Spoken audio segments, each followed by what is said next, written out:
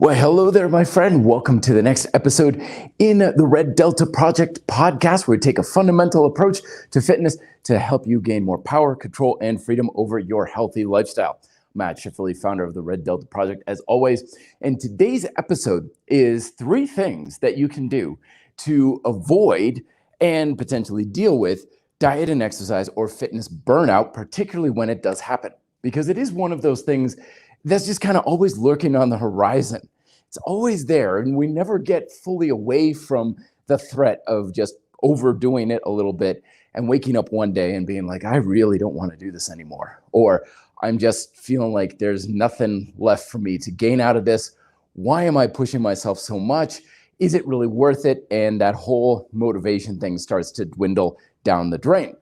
And while we all are subject to this, we all also can get around it and prevent this sort of thing from happening, because it is one of the biggest reasons why people falter. It's not because of injury or because people just don't get the results quite that they're asking for and stuff. The biggest threat to your ability to continue the habits that are going to get you what you want and keep what we want is this burnout. But unfortunately, a lot of the rhetoric in our fitness culture keeps us in this cycle that encourages such burnout. And it's done through these 3 ways. So if we identify them, then we can kind of head them off at the pass, so to speak. So the first thing that you can do to avoid fitness burnout, and this is kind of a bit of a tip from the world of like personal finance, is live below your means. You hear this all the time, of course, when it comes to finance of don't spend every penny that you make, don't go paycheck to paycheck, always have a little bit left over at the end of the month. And that's how you can get out of the financial rat race. But the exact same thing happens to apply to diet and exercise, is leave a little bit in the tank. Don't go all out. And I know that's a little bit nerve-wracking. We don't like to hear that, especially in financial world, when I say live below your means. It brings about this idea of limitation, like hold yourself back. Don't go to your limits. And right off the bat, people think, well, I don't want to do that. I don't want to put potential on the shelf. I don't want to limit myself. However, just as with personal finance, it's not at all the case.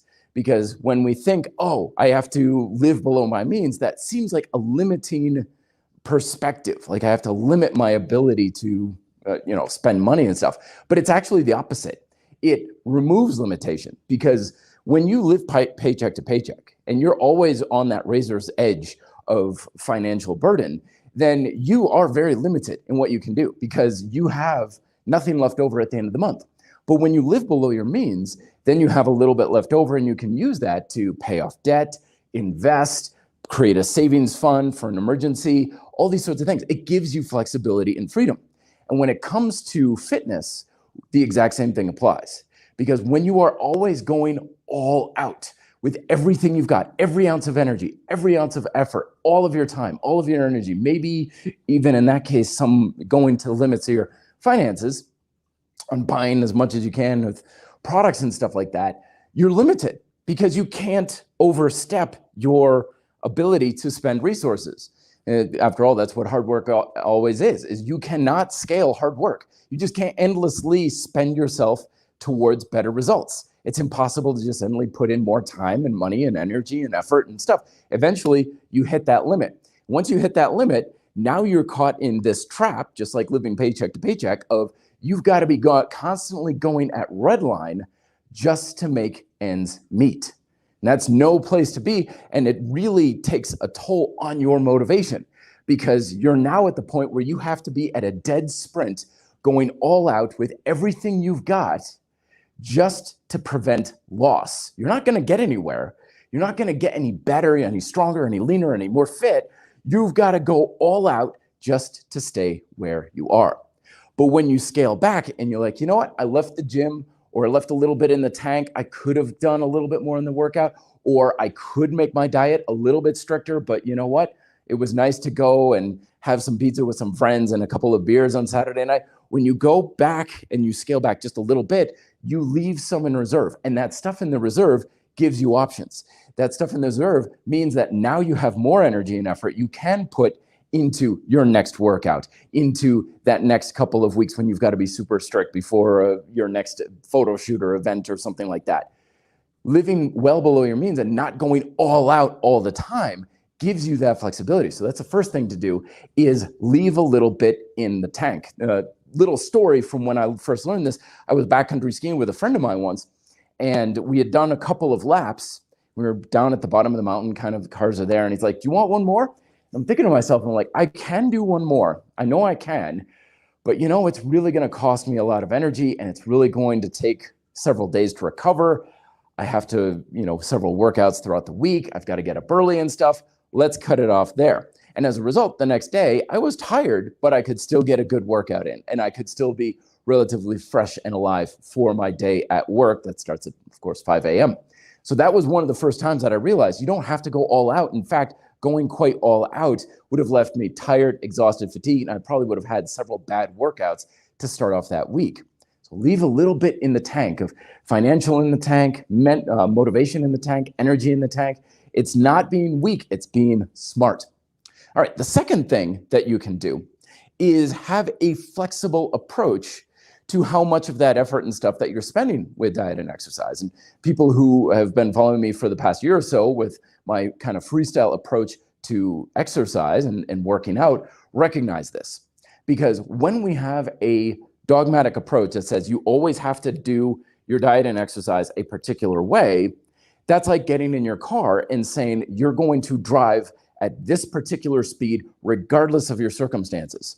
It doesn't matter if the roads are icy, doesn't matter if it's construction, doesn't matter if it's a rush hour traffic. I want you to force 45 miles an hour in your car. It's like that old Keanu Reeves movie from the 90s, Speed, where the bus had to stay at 55 miles an hour or else it would blow up. That's the exact same attitude we take when we say, this is the type of workout I need to do, this is how I need to do it, this is my diet, this is how I need to do it, regardless of my circumstances. I'm going to force myself to do it this way. And sure, sometimes circumstances will bode for that sort of thing, but not always. It's foolhardy to think you can always drive at the same speed. Sometimes you should be slowing down. But on the other hand, sometimes you have the runway to even speed up and go even faster. So I don't care what type of program you're following, trying to always go at one level or speed of intensity means that most of the time you're going to be at the wrong speed. You're either going to be going too fast or too slow. So that's why I encourage people, be flexible. If you can go faster, meaning put more energy, more time, more effort into your habits, go for it. And don't let anybody hold you back saying like, oh, only train legs once a week, or oh, only do an hour's worth of cardio or something, cortisol and all that kind of stuff. If you're going out on a run and you feel like $1 million come 50 minutes and you're like, I want another few laps around the track, go for it. If you want to keep going and expend more, by all means, do it. However, the same applies in the other direction.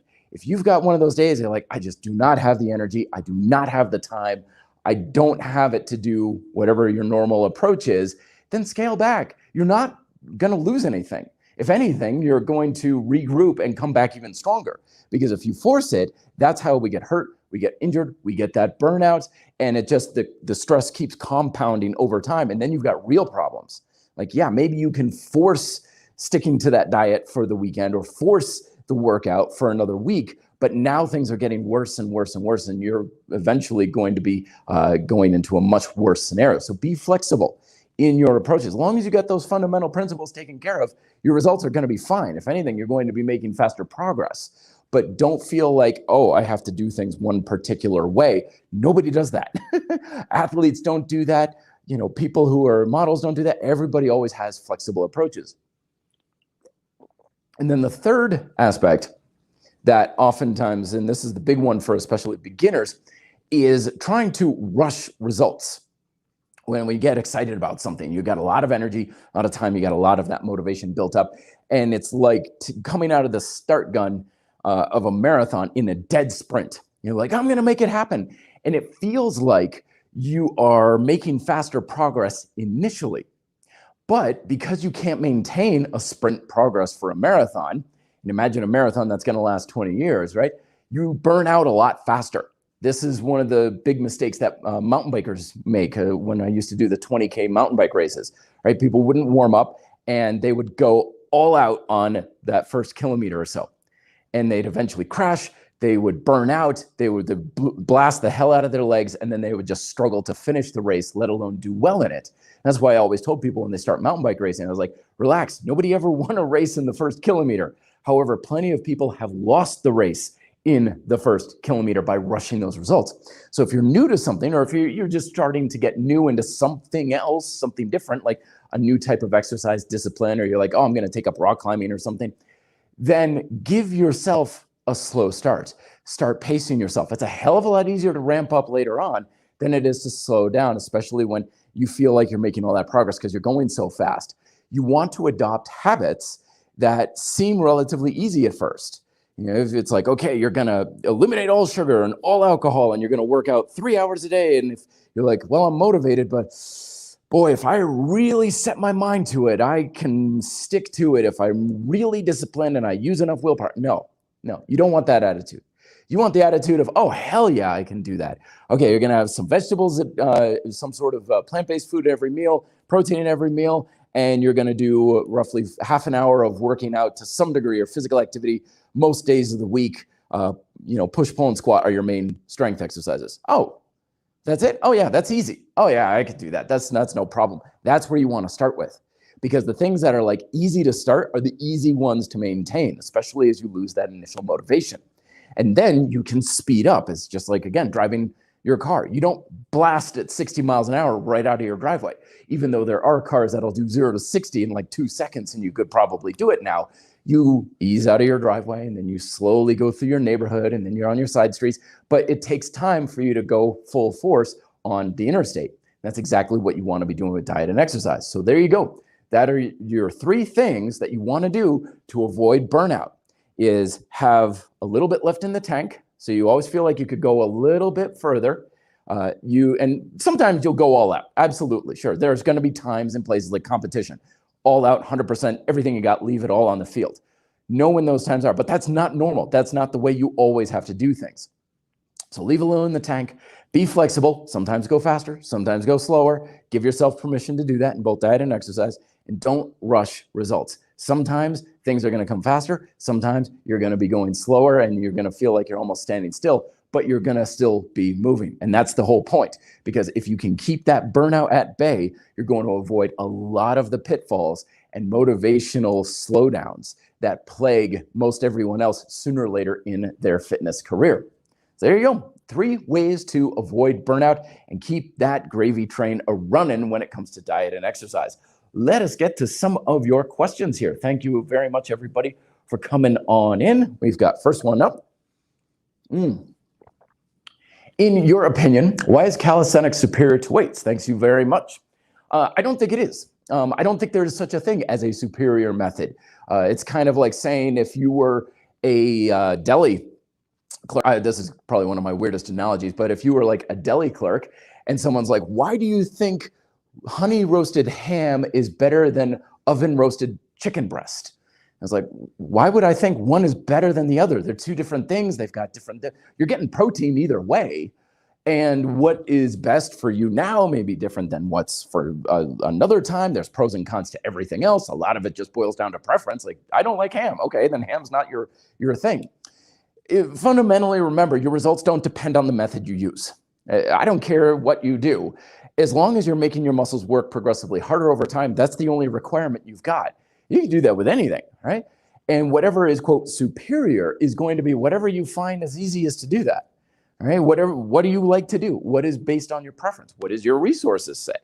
What is your skills and abilities? If you suck at calisthenics and you have no idea about progressive calisthenics theory, but you have a history of doing like Olympic lifting and stuff, then you're probably going to do better with that. But the opposite could be said the other way around. So it's based mostly on what are your skills, what are your preferences, and what are your resources, and just going along with that. Because ultimately, as long as you're getting those fundamental principles down of particularly strength training, I'm just making my muscles work harder over time, really isn't that important what type of methods you are using. I do calisthenics. People are like, but you only do calisthenics. Yeah, purely because I just like it. That's literally the only reason. That's the only reason. If you said, okay, calisthenics are now illegal, you have to use hammer strength machines. I'd be like, okay, well, I'd rather do calisthenics, but whatever, Would my results be any different? Not really, because fundamentally I'm still doing the exact same thing, so it's not really about the method. Oscar, coming on, thank you very much. I could do 10 pull-ups, but only if I do one set, very common. How can I do more pull-ups? Excuse me, it scrolled on past, missed it. How can I do more pull-ups, basically, for all the sets that I do? Well, it's very common. So I'm guessing, first and foremost, and this goes to with what I was saying earlier about saving a little bit in the tank. If you do one set all out, you're going to dip a lot more into your physical reserves to get as many reps. And then the next one, you're going to have less. And the next one, you're going to have less. And the next one, you're going to have less. Sometimes you'll see programming where people will say, do like 3 sets of 10, where you do the same number of reps each one. In order to do that, you're doing the exercise in such a way that you can do more reps than 10 on the first couple of sets. You can't do the same number of reps all out on all sets. It's physiologically impossible. Maybe if you give yourself a good amount of rest, like if your rest periods are too short, but even then I would argue that it's going to be pretty darn close to difficult, if not impossible, because all out, if you do anything all out, you should only have one good set for you. And whatever you do after that's going to be less than that. And that's why in combat conditioning, Paul Wade talks about how, you one good set, 2 good sets, that sort of thing. And a lot of times bodybuilders look at low volume training, or some people like Jay Ferrugia, low volume training, because you're putting a lot into that set.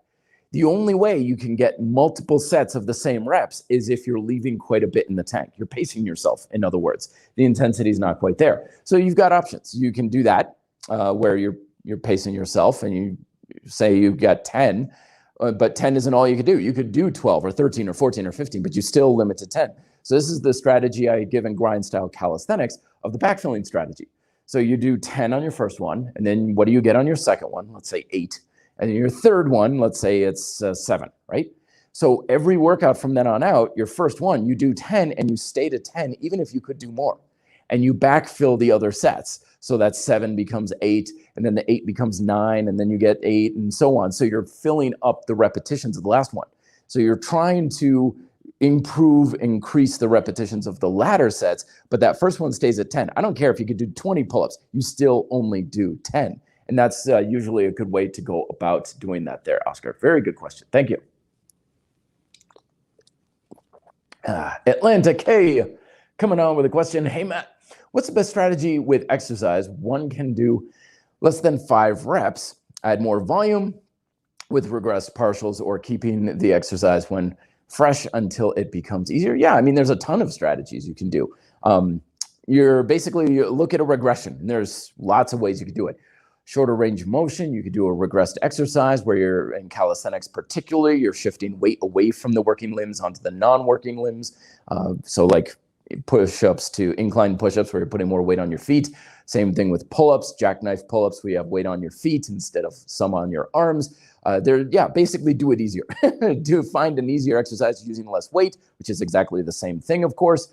You could do that. The other thing too is you can try just keeping to 5, and like I said, keeping that 5 reps and locking it in. This is what I call freeze set training, or freeze training, where sometimes if someone's really stuck on something, I'll say, okay, you're not allowed to even try for more. You have to stay at that, and you improve those reps, because ultimately your ability to do more reps boils down to doing the reps you can do now better. So you stay at 5 and say you can't do any more than 5 no matter what. And eventually you get better at those 5 and you're like, I could do 7. No, 5. You have to stay at 5. I told you, stay at 5. And you're eventually, it's like, this is getting easier. It's like, okay, now you can go, and you get like, boom, 10 or something along those lines. So that's a good strategy that works right there. But usually when people want more reps, I just say, do an easier version of the exercise. Cryogun coming on. And sometimes trying to progressively overload over time what leads to burnout for me. I just end up not having the strength and energy to do more this week than I did last week, unsure how to deal at times. Oh, very good observation. Yeah. See, this is the thing that's I wouldn't say it's secret, it's not known or something like that, but so much of the rhetoric in our fitness culture is geared towards beginners, because everyone knows in fitness who's been in it for many years, it understands newbie gains, right? You start something and you get a burst of progression for the first several weeks, maybe several months, hell, maybe even the next year or so, but eventually you plateau and peter out. And that's how it's supposed to be. If you take the scope of your training career in a given exercise or activity, right, you're actually going to notice that you're going to spend the bulk of your training career not making big, steady progress in it. That's just the reality of the human body. Most of us just make most of our progress initially in those first periods, and then you're chipping away progression from then on out. That doesn't mean it's bad. In fact, in many ways, those chips add up even bigger, because going from 99% to 99.5% faster can be the difference between last place and a world record at the elite level. So those small percentages still do matter a lot. But again, a lot of times you come across these pieces of advice of, this is how fast you should be making progress. This much weight on the bar, or this many reps you should be adding, or this much weight you should be losing. This is largely only possible for the beginner. You're not going to spend the bulk of your training career making progress like that. You're going to get these upstarts. Sure, you're going to have these little breakthroughs here and there, like, oh, wow, like my shoulder recently, I've finally got the darn thing stable after about 5 years of trying. And now I'm making progress a lot faster in a lot of areas. And it's like, oh, wow, this is great. But I certainly don't expect that to continue very long. Quite honestly, I'm surprised it's lasted as long as it has in the past month. So being aware that you're not supposed to be always adding reps and weight and losing weight and stuff like that as normal course in most of your training makes it a lot easier to swallow the pill of, you're not going to change a whole lot in the bulk of your training career. Most of the time, you are going to be in a relative plateau until maybe you look back in a couple of years and be like, oh, wow, I have been making progress. But it's so incredibly slow that you barely even notice it. So once again, we're trying to rush progress, which leads us to be frustrated and stuff. So it comes as it comes. It's not something that you want to rush. And oftentimes when people are like, shouldn't I be at this point now? And shouldn't I be making this much progress every week and stuff? You're right. Burnout City right there. Very good observation. Anyway. Very good. Excuse me. It's very dry or very hot here in Denver. I got to drink a lot of water. Next question coming up. What are some things you can do to prevent general injuries from calisthenics? A lot of it, well, first and foremost, is to honor and respect pain. I always tell clients, rule number one, we always respect pain.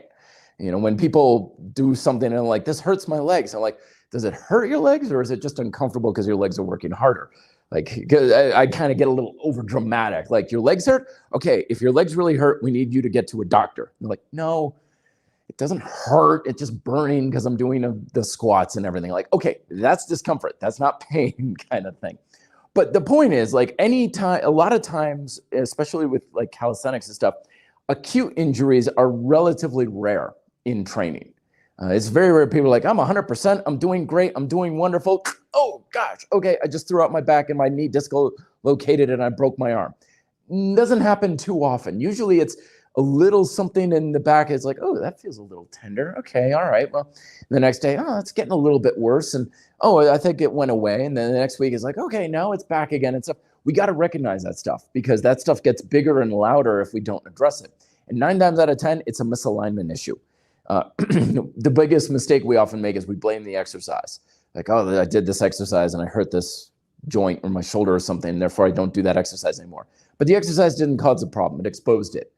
Because I've had tons of issues from doing exercises.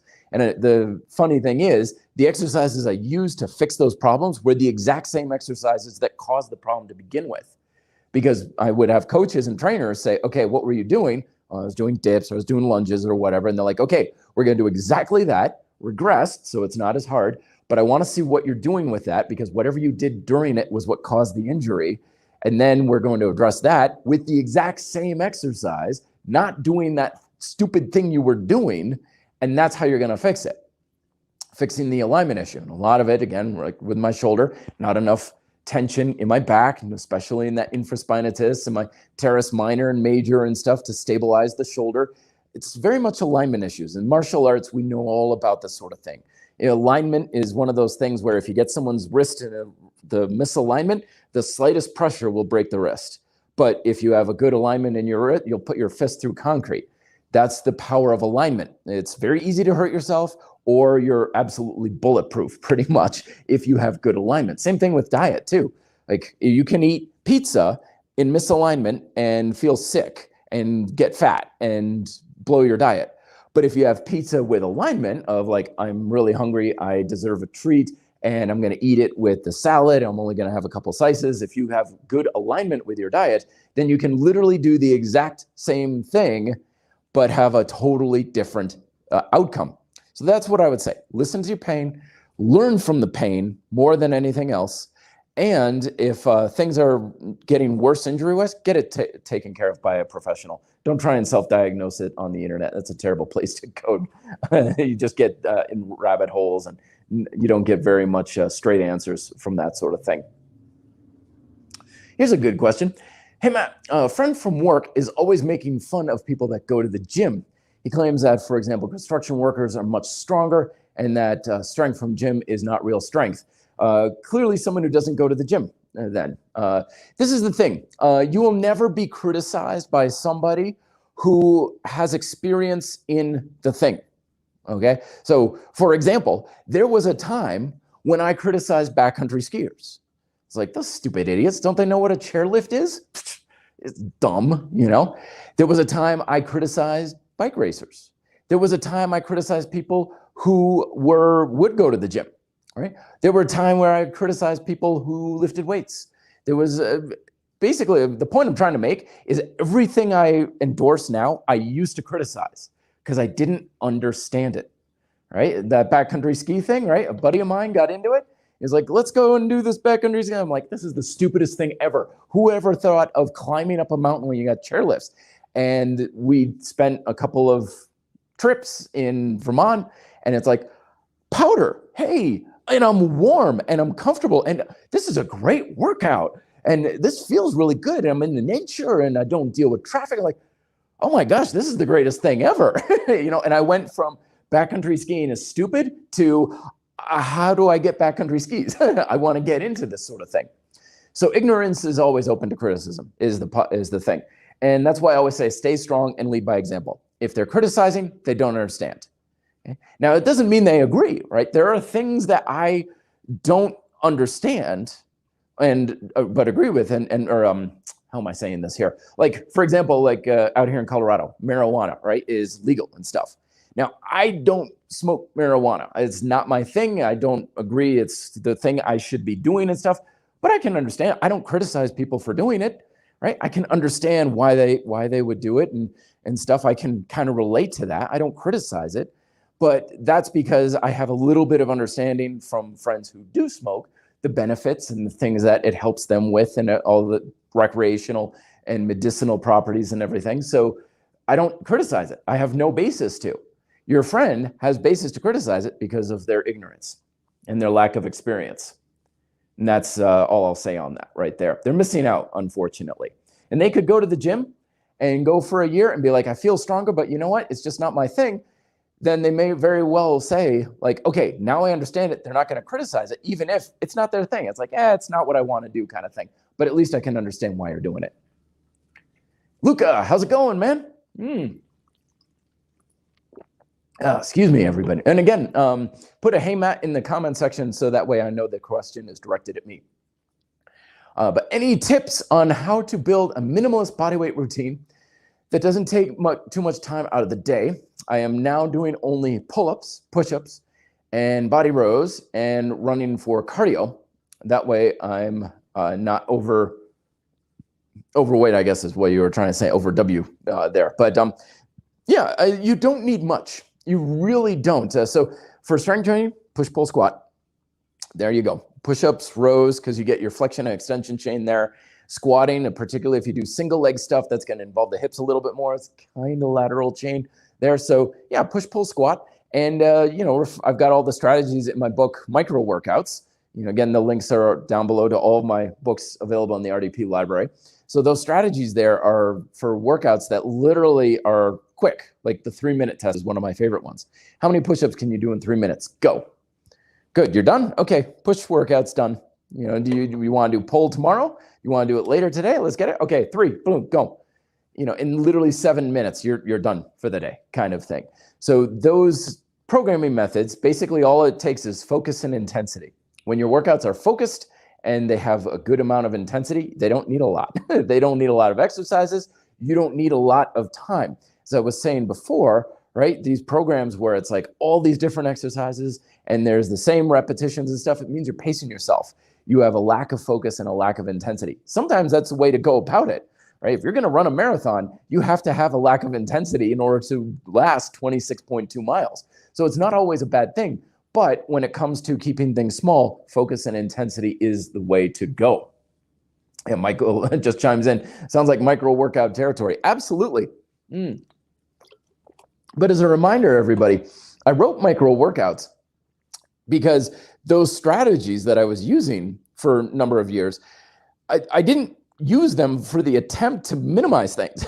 I didn't do it because I was like, how quickly can I make my workouts, or how short can I make things, and how little can I invest in my own workouts and stuff. I did it because I kept getting more focused on the fundamental principles of fitness with more focus and intensity. And as a result, things just got a lot faster. That it wasn't my intention to make things that lasted 10 minutes or workouts that were 15 minutes or so on. It was just the natural consequence of just doing things better. So a lot of times when people look at micro workouts, it's like, okay, so the goal is to do as little as possible. You don't care about results. I'm like, no, it's the opposite. When you're focusing on what it takes to get results as effectively as possible, you don't need a lot. It's that simple. It's kind of like super rich, fine chocolate. You don't need a big king size candy bar of this stuff. You just need like a couple of truffles, if that. And you're like, boy, I'm good. I'm done. Wow, that was very rich. And that's how you get more from less.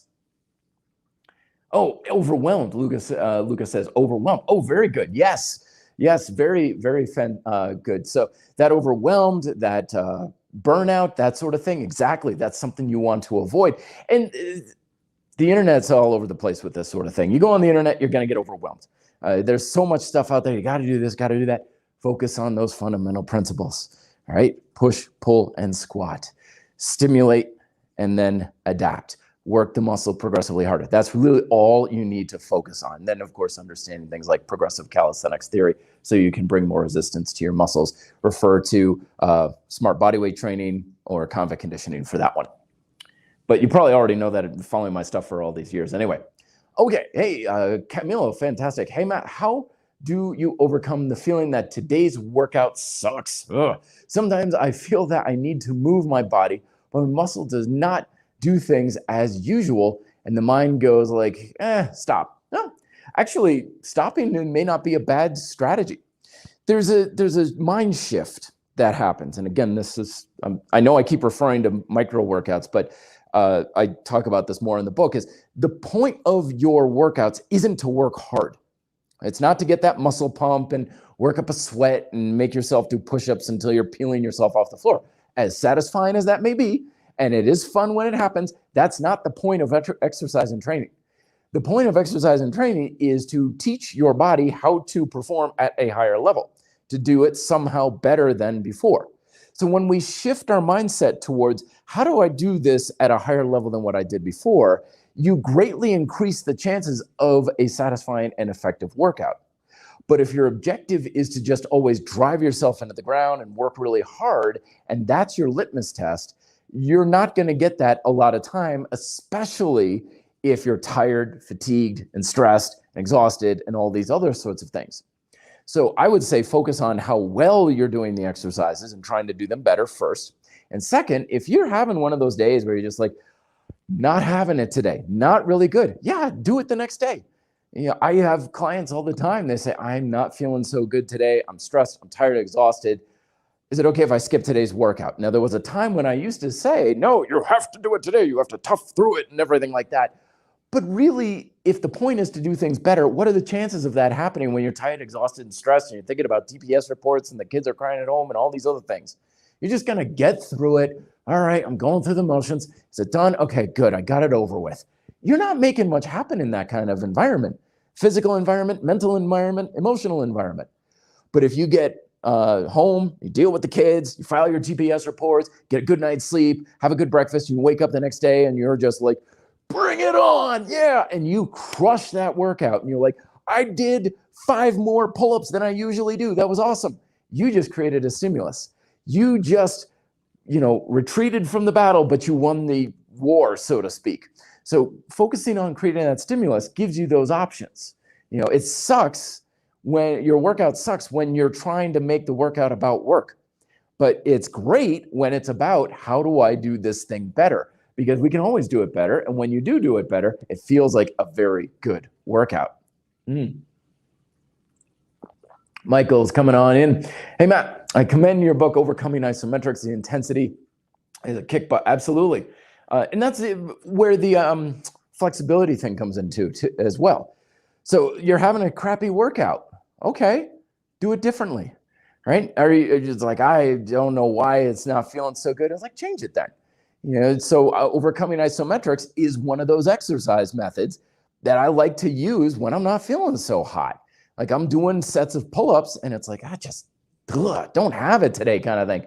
No, I do want to get it. I do want to get the workout in and stuff. It's like, okay, so I'll alternate overcoming isometrics and dynamic work back and forth. It's a good strategy to superset. So I'll do, overcoming isometric rows with like a iso trainer or the iso chain or something, hold for like 10 seconds, then go into rows or pull-ups. Makes the workout a very different animal very, very, very quickly.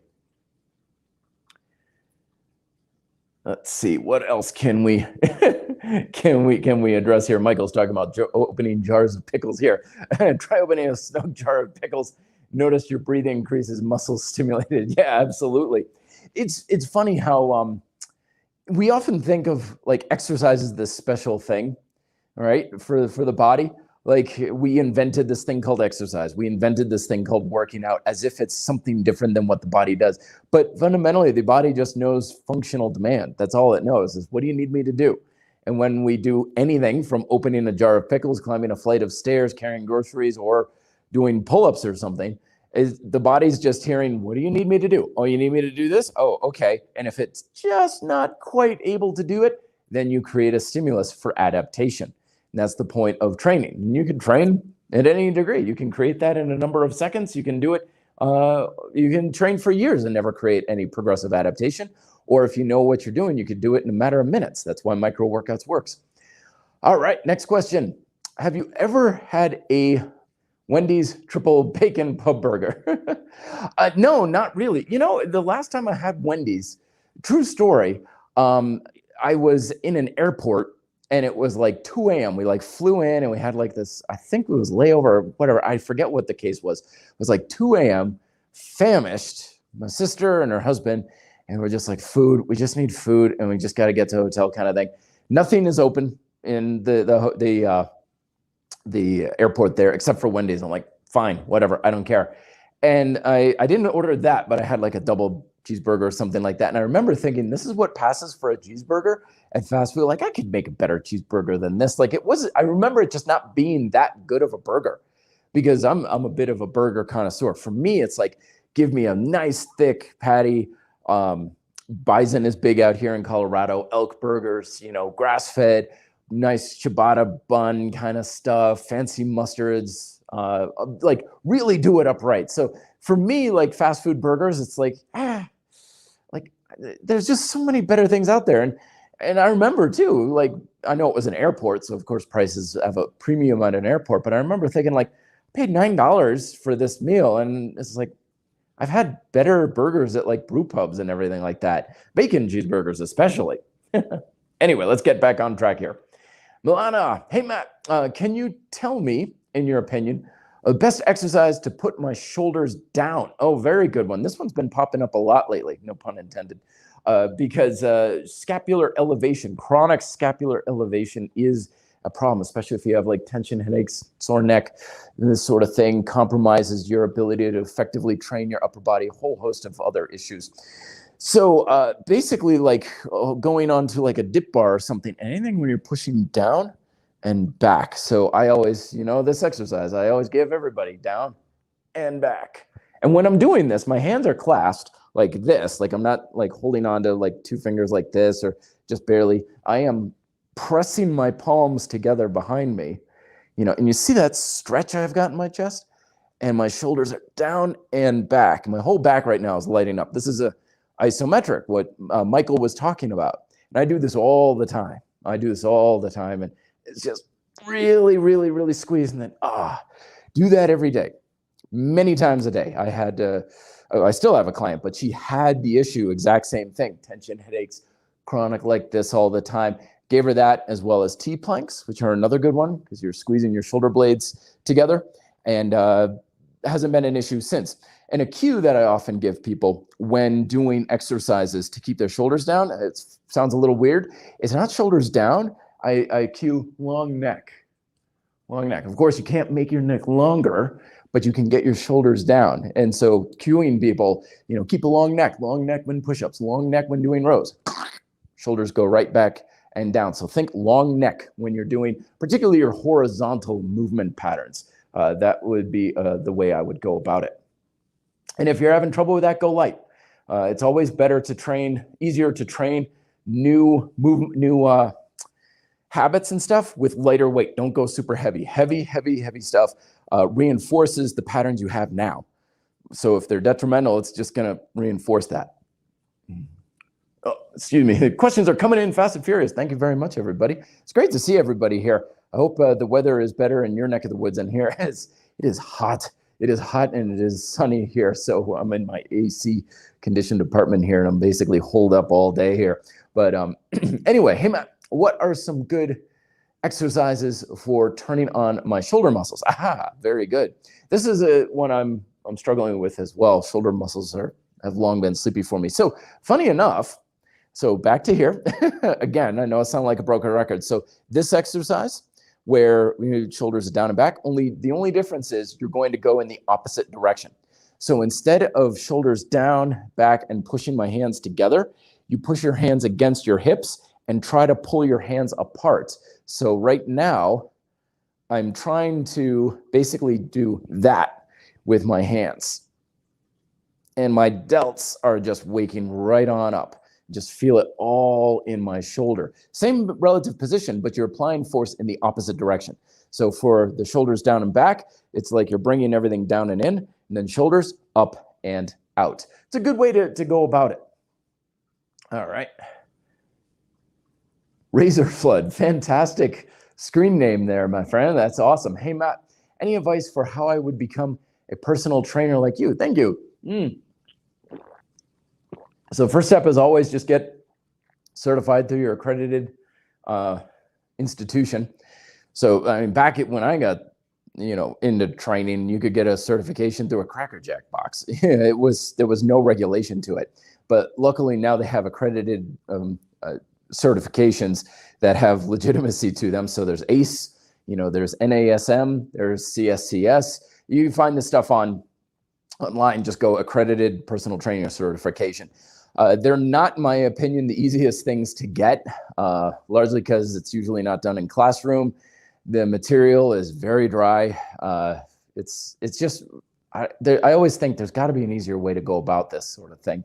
I had a real hard time with it myself, but I never test well. I was never one to test very well, especially like multiple choice questions.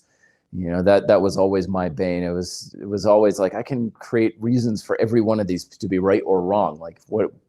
And it's like, well, what do you think we would want to hear? It's like, I don't care what you want. It's like, I'm going to make a better answer than what you could come up with, kind of thing. But that's how you get started, is get an accredited certification.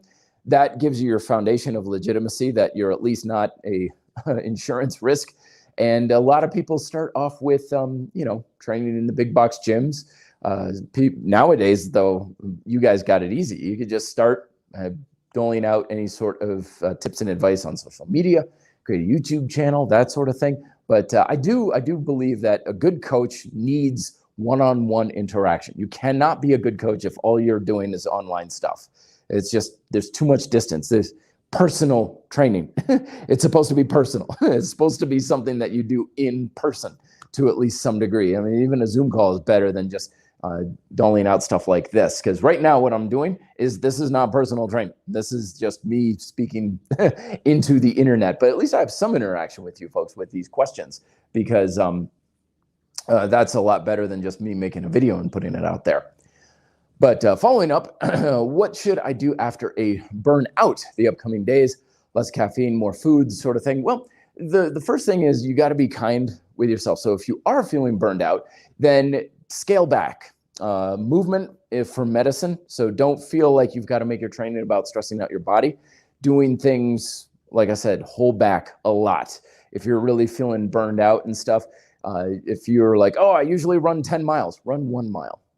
Run just 2 miles. Take it easy. Don't wear your heart rate monitor. Don't even get all dolled up. We used to do this a lot in bike racing in college and stuff, where we're always so serious on the bike, like wear the heart rate monitor and what was your average and stats and average speed and what's your time and speed and distance and all this sort of thing. And some people are like, just get on your bike and just go ride. Like, do it in your basketball shorts. Like, don't even get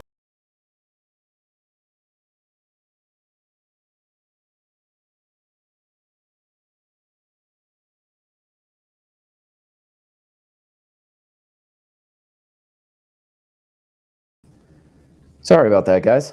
It clicked out again. 46 minutes. I'm going to have to remember that. I don't think that's when it was usually happening, but that's very strange.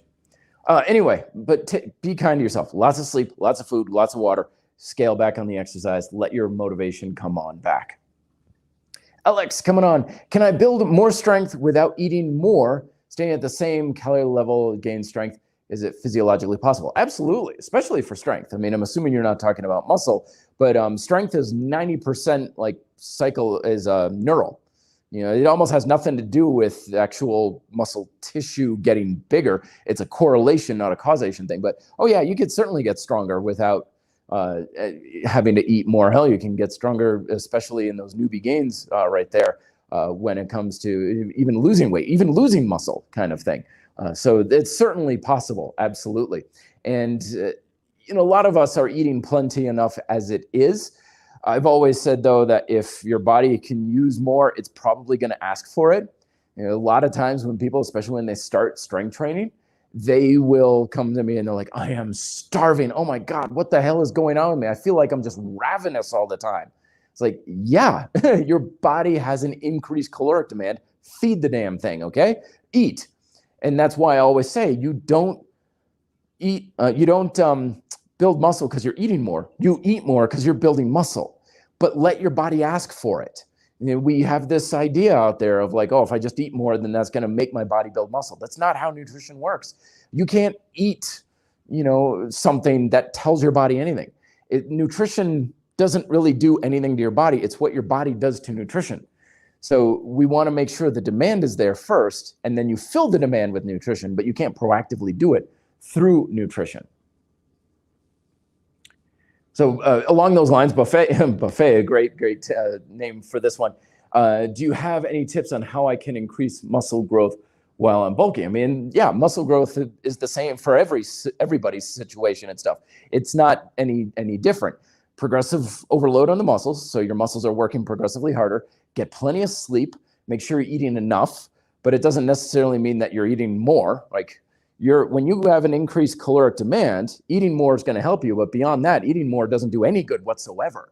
That's how nutrition works. It's like trying to put more gas into your car when it's already full and it's spilling out of the gas tank. There's that idea of more is always better, but that's not how nutrition works. More is only better if your body can use it. If your body doesn't have a demand for it, it does you no good whatsoever. And when it comes to building, like most of the stimulus, again, doesn't come from food. Like think of everywhere else that your body builds. Hair growth, well, relatively speaking, you're constantly growing skin, you got calluses, you're growing fingernails and thumbnails. Like this stuff is protein. It is made up out of protein. You don't need to eat anything special to make this stuff grow. So you're only going to compromise your muscle growth if you're like really restrictive in your diet. Like, oh, I eat, very, very tight feeding windows or very, very little and stuff like that, which is why that whole idea of like, you got to eat a lot comes into play. But if, most of the stimulus for building muscle comes from working out. It's like 90% working out. All right, Rex Lackey, coming on. How you doing, Lackey? It's good to see you. Hey, Matt, what equipment would you use for legs to stimulate? To done quick as possible, not into high reps with legs. Yeah, me neither, man. My leg training is usually between 5 to 10 reps. For calisthenics in general, I usually don't go much higher than 10 unless it's in the finishing phase of a grind style workout. So, I mean, I just do squats, but it's harder squats, shrimp squats, pistol squats. That's the thing is when people are like, I'm doing high reps. I'm like, then stop doing the easy exercise. Do a harder exercise. There's always a harder exercise. And when people are doing high repetition stuff, you're just doing it the easy way. So doing things much more difficult, making sure your weight is back, that sort of thing. Be well-versed in progressive calisthenics theory because the basic squat movement pattern really is where it's at. You're down and then up. There's a million variations of that, of course. There's much easier variations. There's much harder variations and everywhere in between. But I am always a big fan of keep those reps low. Although in general, for leg training, a lot of people are big fans of the higher rep stuff as well. Legs seem to respond well to higher stuff. So my leg workout, it's controlled single leg squats.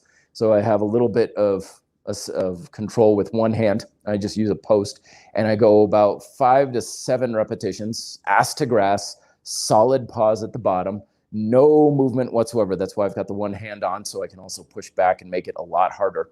So I keep those reps low and then I go into sissy squats. And that I usually 8 to 10 repetitions on that. And I'll just really lean back, get those knees as far forward as I can and just blast the mother living hell out of those quads.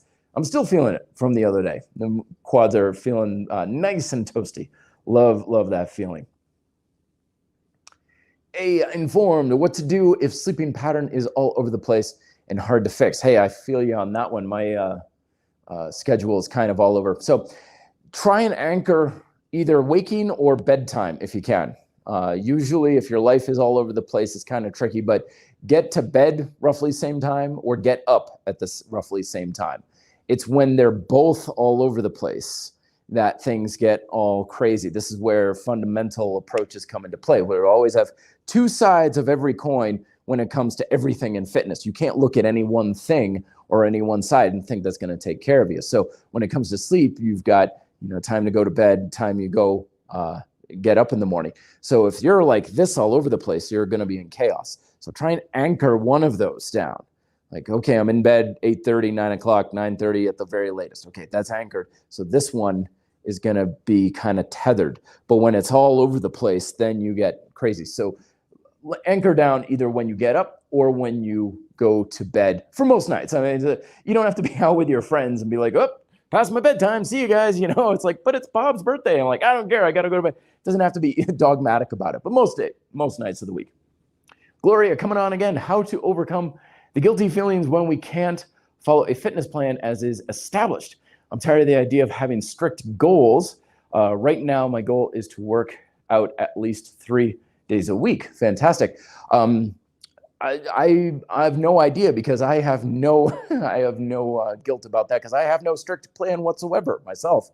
None whatsoever. I don't even have a plan. I mean, I have the format of grind style calisthenics that I follow, but literally every day is just, I don't know, what can I do today? Like, I don't have that sort of approach. So I have no guilt. Like, I could go 2 days without working out, whatever, I don't care. Or I'll work out every single day for weeks on end. Again, I don't care because I'm working out according to whether or not my body's ready to get a stimulus. Like, how you doing down there, legs? We're still tired from our bike ride. Okay, rest up then, rest up. And no, I have no overlord, no workout plan or structure or anything saying you have to work out because it's Tuesday. Fuck Tuesday. I don't care if it's Tuesday. I'm going to work out when my legs are ready to work out. Doesn't happen until Thursday. Okay, then it's going to be on Thursday then. It's going to be when it comes about. So don't feel guilty about having more of a flexible approach. For most people, keeping things overly strict is just detrimental because fitness has to fit life, and life is just not static. You're going all over the place. The people who have the best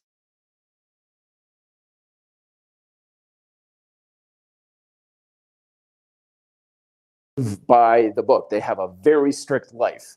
And sometimes you run into pro athletes and bodybuilders who have this sort of regulation, but they'll be the first to say, I have no life, outside of this. Like, I literally live for bodybuilding contests. Like, everything else in my life has to take a back seat and work around these plans. Most people can't or are unwilling to do that. I sure as hell am not.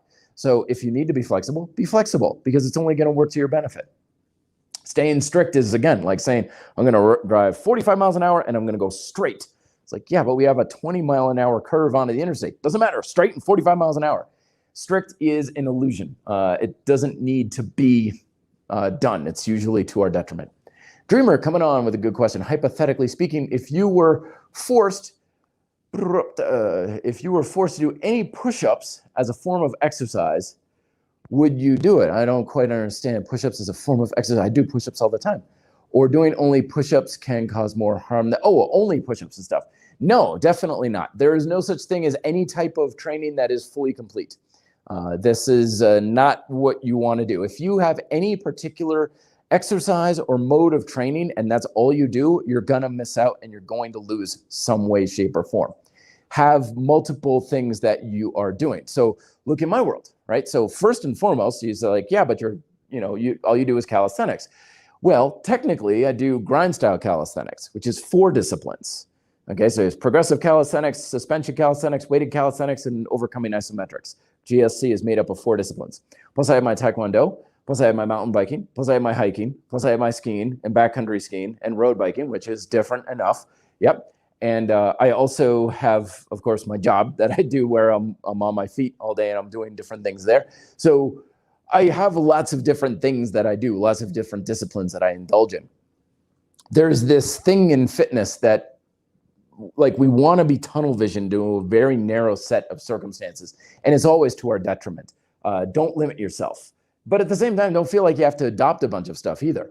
Because a lot of times people are like, well, don't you feel like you're missing out because you don't do naked water polo or whatever? And I'm like, no, I don't care about that.